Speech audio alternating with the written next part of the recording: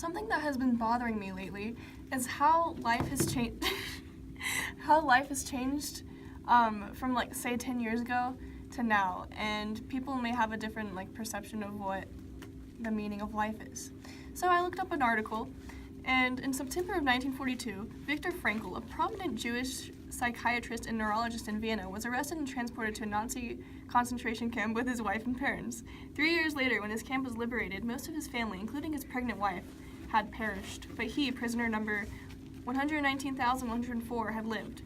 In his best-selling book in 1946, Man's Search for Meaning, which he wrote in 9 days about his experience in the camps, Frankl concluded that the difference between those who had lived and those who had died came down to one thing: meaning, an insight he came to early in life. When he was a high school student, one of his science teachers declared to the class, "Light is nothing more than a combustion process, a process of oxidation." Frankl jumped out of his chair and responded, "Sir, if this is so, then what can be the meaning of life?" As he saw in the camps, those who found meaning, even in the most horrendous circumstances, were far more resilient to suffering than those who did not.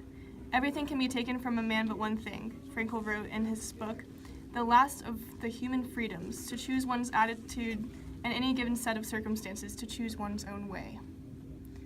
This is a very good quote because he's showing that we do have a choice, no matter what circumstances we're put into, to look at it positively or negatively, and I feel like a lot of people nowadays look at things negatively, and that's bad.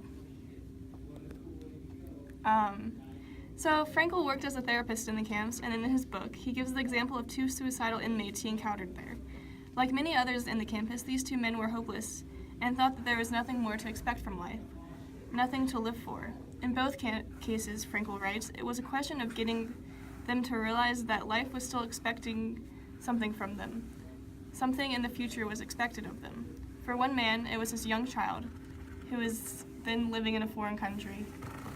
For the other, a scientist. It was a series of books they need to finish. We all have a purpose.